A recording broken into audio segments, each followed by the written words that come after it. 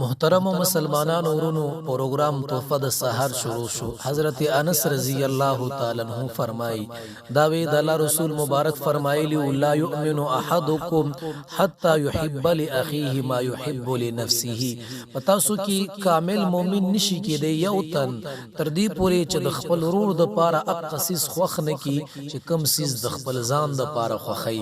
دا سړی کامل مؤمن نه دی چې د ځان د پاره خصیص خوخی او د بل مسلمان د بیا خصیص نه خوخی.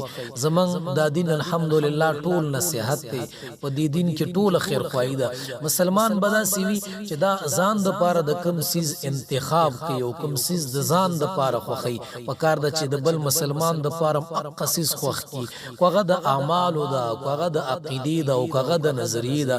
پکار د چې کم عمل د ځان د پاره خوخ دی د کامیابی والا عمل دی د الله د رضا والا عمل دی د الله د خوشاله دو والا عمل دی. پکار د چې دا مسلمان بل مسلمان ته وای پکار د چې دا مسلمان په بل مسلمان خبر کی ولی چې نیک عمل د ځان د پاره خوخې نو پکار د چې بل مسلمان د پاره نیک عمل خوخ کی. دارنګي دنیایي شیان دي دنیا کې ځان د پاره اوسز اخلي بازار تلاړلې ځان له پیزار او جامع او نور سيزونه اخلي. پغې کې څومره سوچ او ਵਿਚار کې پغې کې څومره تپوسونه او تفتیش او تلاش کې او چې کله د بل مسلمان خبر راغله او بل مسلمان لسیز اخلي بغیر د فکر نو بغیر د سوچ نه ولا اخلي.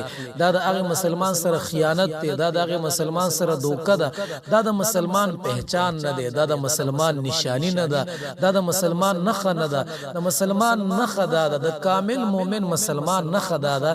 کم چې موږ او تاسو ته خپل خود پیغمبر خودلی چې د خپل ځان د پاره کم سي خوغه چې هغه د بل مسلمان رور د پاره مخخ کی دا خیر خوایده د یو مسلمان ته خیر رسول دی د یو مسلمان سره مینه او محبت او الفت کول دي او د بل مسلمان سره مینه محبت کول هغه ته خیر رسول په دې معنی الله رب العزت انتهایی خوشاليږي.